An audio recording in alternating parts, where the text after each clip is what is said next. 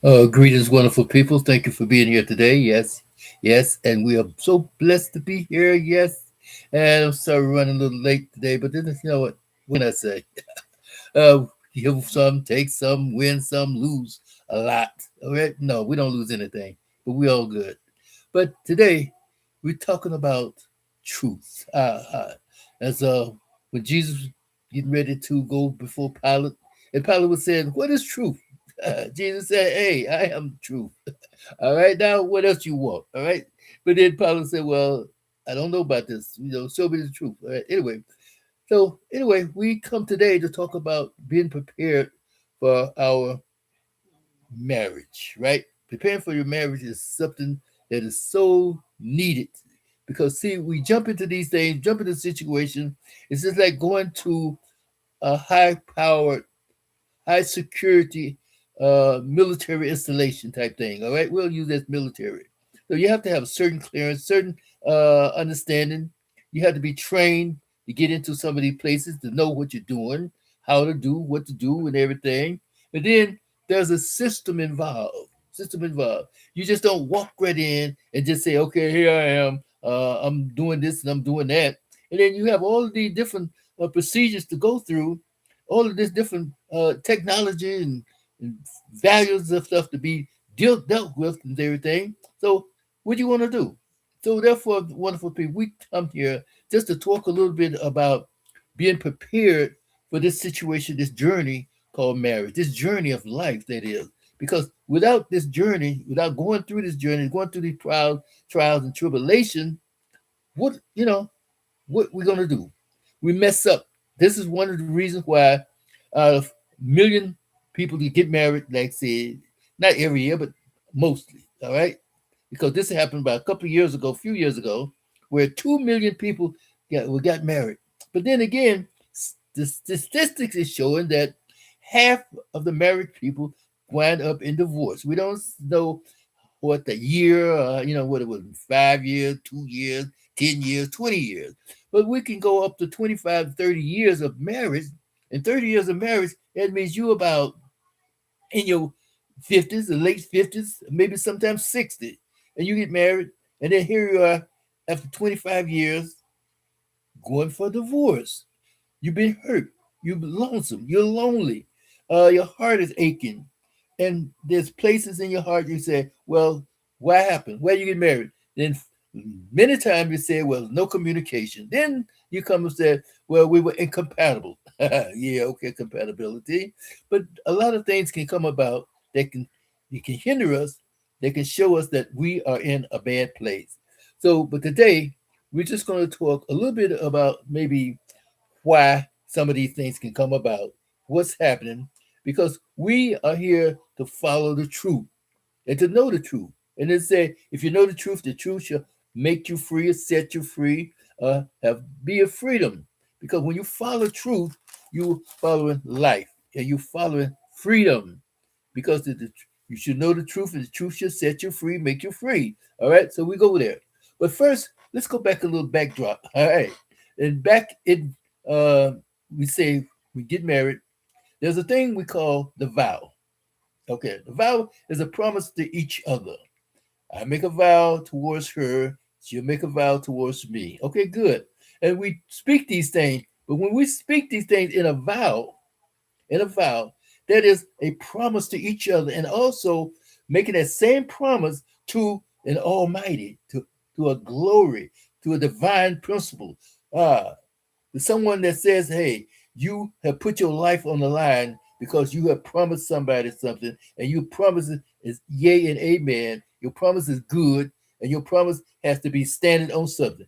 Your promise that you just made in a vow is not like the promise we say, well, I promise to loan you some money tomorrow, but then you don't have the money, but you already made that promise. You have to come up with the money. And sometimes we try to do it best to fulfill those promises, but when you do that vow, you make those promises. That's why you write them out and you go over them real carefully to find out, oh, can I make this? Can I do this? But then you emotionally saying that you can do some things that seem to be impossible. But you have already committed yourself. And that vow really is held fast towards a life situation. So that's why we're very careful in making a vow towards each other. And then the vow is sustainable in life. It is the value of life, that is, right? So and the vow can only be broken through that divine principle, that divine providence that says, okay, we can do all things but lie. All right, now. So that's where we should be embraced in the truth. And then the truth, like I say, will make us free, set us free. And then that's where we be careful of how we make a vow and what we make a vow to. Because we can go back to the garden. And speaking of truth, right? We know that the opposite of truth is lie, right?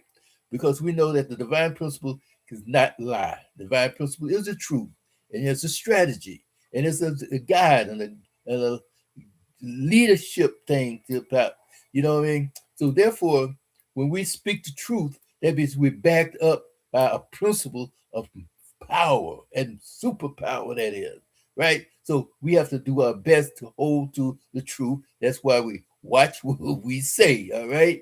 So now in the garden, in the garden, one of the first sins that came about was listening to a lie.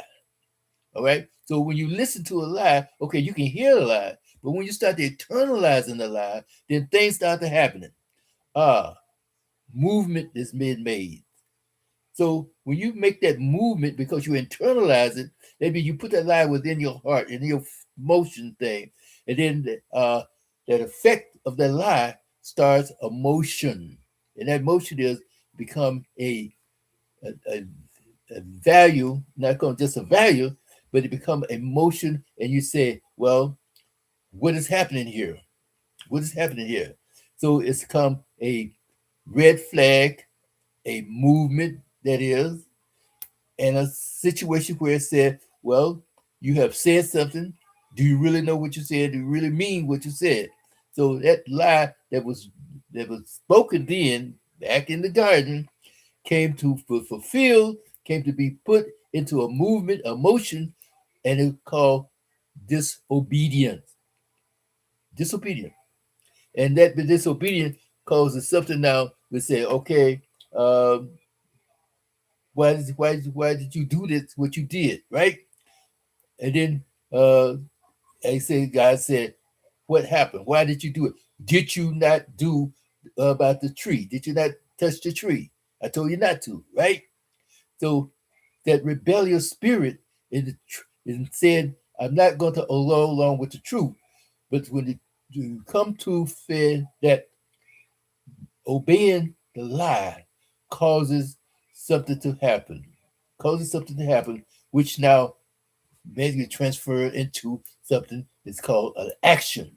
And that action is to be disobedient to what it said.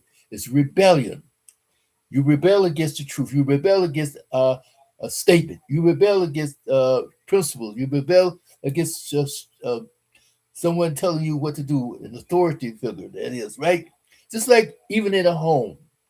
If your parent tell you to do something when you was a kid and everything, and you said, no, I'm not going to do it. Okay, well, thing, you stand in a fear of death, that is, because sometimes good parents like the one I had, boy, like, you ain't going to come over and tell that. But anyway, you might not do what that you're told to do. You rebel. And rebel is like you're going against the principle, you're going against strategy, you're going against the instruction, that is. So this is what happened. And rebellion is a spirit of witchcraft. So that be from then to now, we have been obeying the principles, obeying the strategies, obeying that thing that we said it become a form of ungodliness. And it happened all the way up until now. So when you put aside the truth, put aside the lie, that means, right? And start to listening to the truth, because the lie will lead you into destruction. Because now we know that witchcraft is no joke. It is a danger. It gets, and that's why we told before about how we are being jealous. How God is jealous of trying to mess with the witchcraft, trying to mess with the darkness, trying to mess with this thing that is against His principle. So therefore, we have to really understand and to know where we are, who we are and where we stand in life, that is, right? When you obey the truth and let the truth be freedom to you, following the truth, put away and put aside all of the garbage. Because we told us to say, when you follow him, put away all those things that are earthly in you, fornication, evilness, garbage, that is, you know what I mean? Put that stuff aside, put it away. Hatred, anger, all that stuff. He said, whatever you do, do not be complaining or gripe or grumble about different things, you know what I mean? So when we make amends to all these things, but they would say we made a way that we can do things to help get us out of these situations, which is called repentance. But before you get to try the repentance, it's how you feel within your heart, how you feel within your mind, that is. Do you really feel that this is something good for you? And then sometimes we run into a situation where uh, we don't want to do these bad things, but it feels a pleasure. It feels exciting, but it's not the truth. But the truth is sometimes we just have to be cool, calm down, and settle down and obey what we're told to do. And when we obey what we're told to do, we set aside on the principles of goodness, the principles of righteousness, the principle of love, joy, happiness, and peace, and all that good stuff. Boy, it makes you feel so good. I tell you. But in the meantime, things can happen, and you'll be faced and confronted with lies. You could be confronted with the garbage that can come about. And when you're confronted with these things, and you start to believe in these things, then you become the lie. You become in a bad place called sinful actions, sinful deeds, and sinful doing. So therefore, now we've been set aside. So therefore, we come today. Try to remember to be obedient to the truth. Be obedient to the truth, because the truth is what is valuable, because we have a divine principle to follow. We have a divine principle to make, say, as a fact of marriage, divine principle said that you have a covenant, and that covenant says, until death do you part. So when we make that vow, and that promise that is in the vow, we put our life on the line.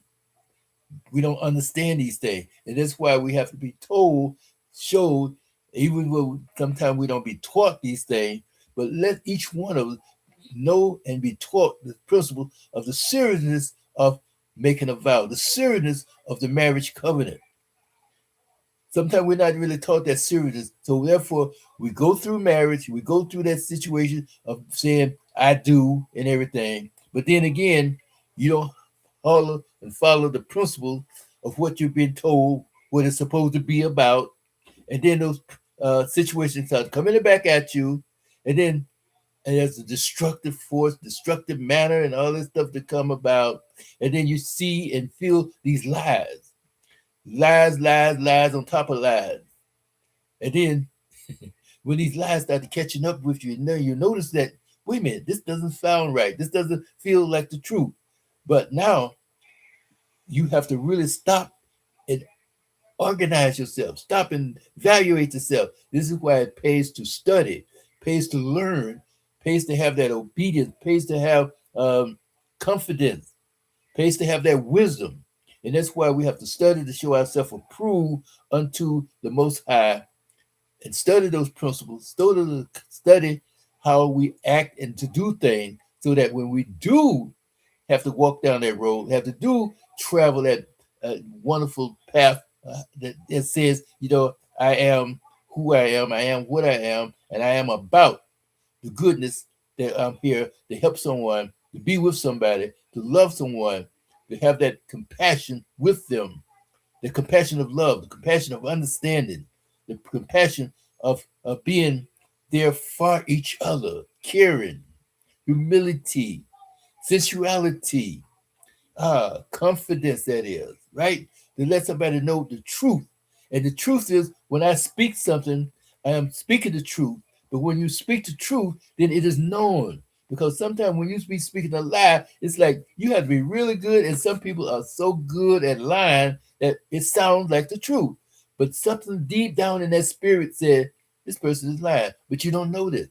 So therefore, you don't really assume that they're telling the truth. You don't assume that they're lying, but you have that, that little feeling that something's not right. And when something's not right, sometimes we go into a mode of something different and say, I am suspicious of something that's not right.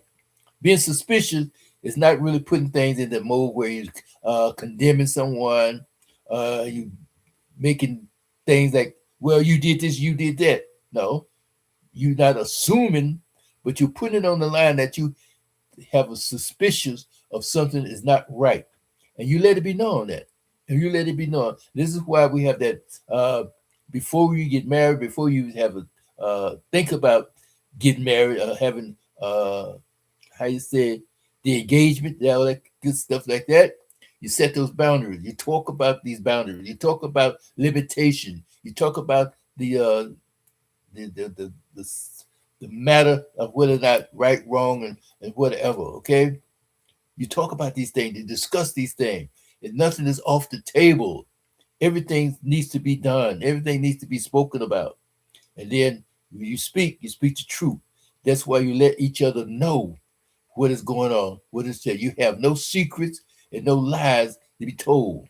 But sometimes you might run into some lies. You might just run into a lie, something like that, because sometimes a person just don't want to really say, "Well, I did this and I did that," because of the shame, the guilt, and all the things that come about. Because it wasn't intentionally; it happened. All right. Well, there's a way and a wisdom to speak these things, and that's why when you study these things, that's why when you travel in the truth way, there's an honor and there's a discipline, there's a way of telling or speaking these things to let it be known that, hey, I can speak these things, talk about these things without really bringing forth a condemnation, bring forth the power of trying to be critical about these things, trying to do something that's not uh, pleasant and everything. You know what I mean? Even if it's, I say, having authority behind it.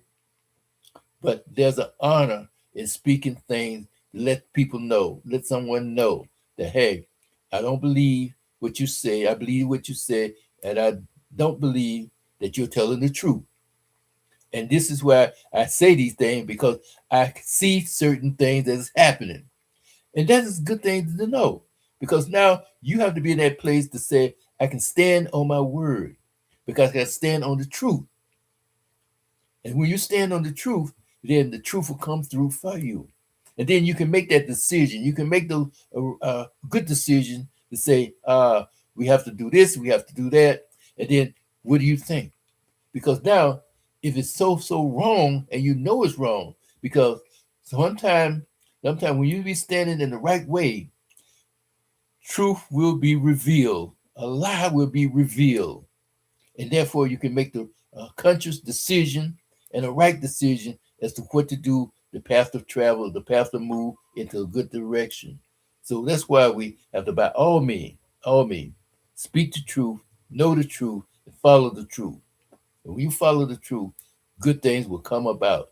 Then you can put aside all of the garbage, put aside the lies, because too many times the lies are all over the place. And we start to internalize the lies, believe in the lies, and then how can you believe a lie and then talking about I'm speaking the truth? Because then it's going to be oil and water trying to mix. It's not going to work. It's not going to work. And that's what happened too many times, too many places. That's why we have to stop and then think about these things, meditate on them, pray over them, and then study even the more to show that we are now here as a place, a position to say that we have to right now know what is going on, seek the truth in all things. Because we were told that speak the truth in all things, but then again, do not lie one to another.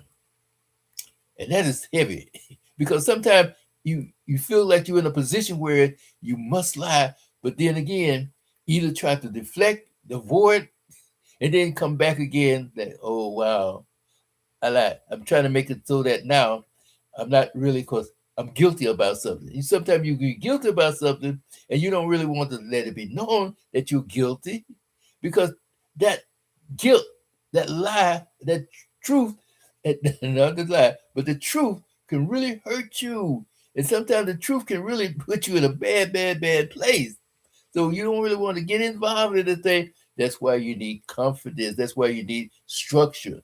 That's why you need consultation. And that's why uh, power, the power of truth comes in to help you get out of those situations. That's why we need the power within to be helpful, to say, I can speak the truth because I don't want to get myself into those positions that say that I am now holding to a lie.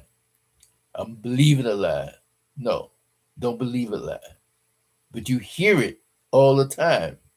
And what are you going to do with it? Either avoid it, hold it until the truth come about, or the truth is being revealed. And that's what we have to do sometimes. Keep holding to that truth. That even a lie, hold to it, but you don't have to internalize it. Don't believe in a lie. Because things can come about that is so believable that like, wow. Make you want to think sometimes, make you want to like, that's how it goes sometimes, right? So this is what we do when we are faced with those situations that come about. And we just want to thank you for even being with us, to help us out, to go through these trials and tribulations, to go through this situation, to help us to be strong and built up on the position of saying that we are in the truth, speaking the truth, following the truth, and then we'll be the matter of the truth because now we're following into the universe of truth, to hold fast to the honor of the covenant. And then when we speak their vows, because we know that once you say I do, that seals the vow. That seals the vow for real, for real. All right, now. So with that in mind, wonderful people, I just thank you for being with us again today. Thank you, each one of us. That sometimes send us some feedback. Let us know what's going on. We do appreciate it. Thank you for being with us and everything. And then you know what? Sometimes we say things, do things, and we don't believe that another person can say things that's going to be helpful to us. Or we got to be so up in the upper atmosphere so that oh well, this person is telling the truth. You don't understand how sometimes the highest person, the highest person that we know on this earth, can be lying with a three-forked tongue. But then again, how do we know?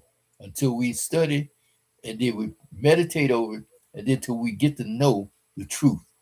And then when we know the truth is there for us. The truth will make us free, and the truth will set us in a position of comfort. Not say there's comfort, but like I say, uh, down the road, we can avoid problems. We can avoid pain and tribulation and all this stuff that come about. Be avoidant of these things that says that now I can walk in the right way. Okay?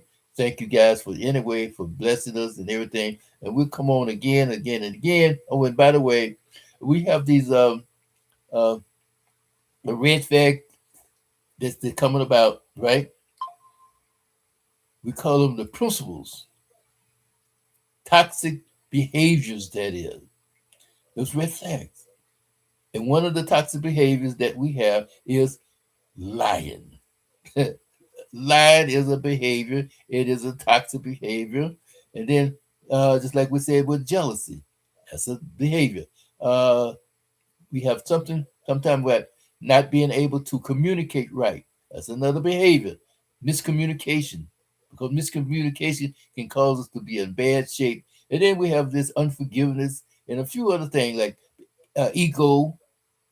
egotistic, and that is how you say pridefulness, pleasure, all these things that come about, those are behaviors, and they have many of them. The 19 of them, we talk about these things. So go to our website, people, the letter N, LUV, people in love, okay, .net, peopleinlove.net, and just take a look at our situation and then download the principles.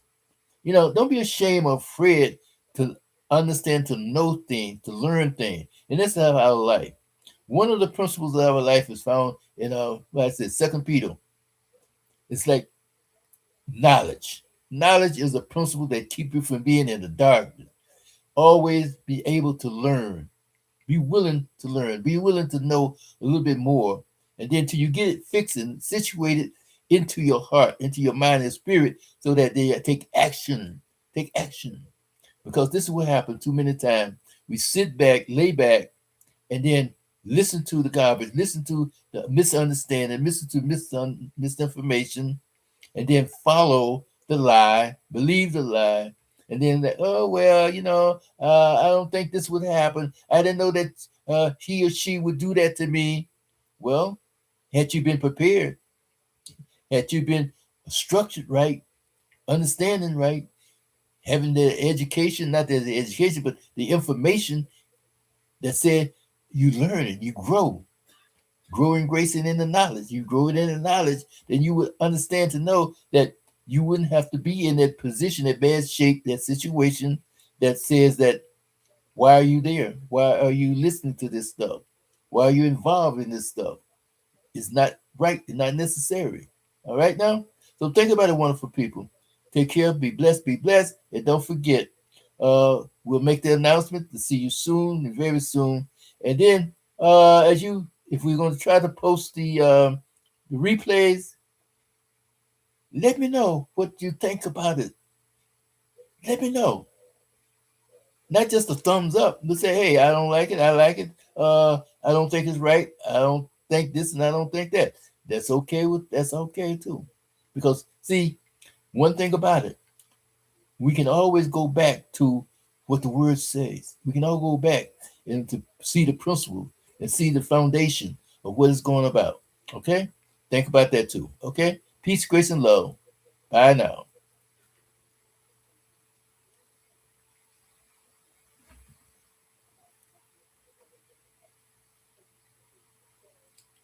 Mhm.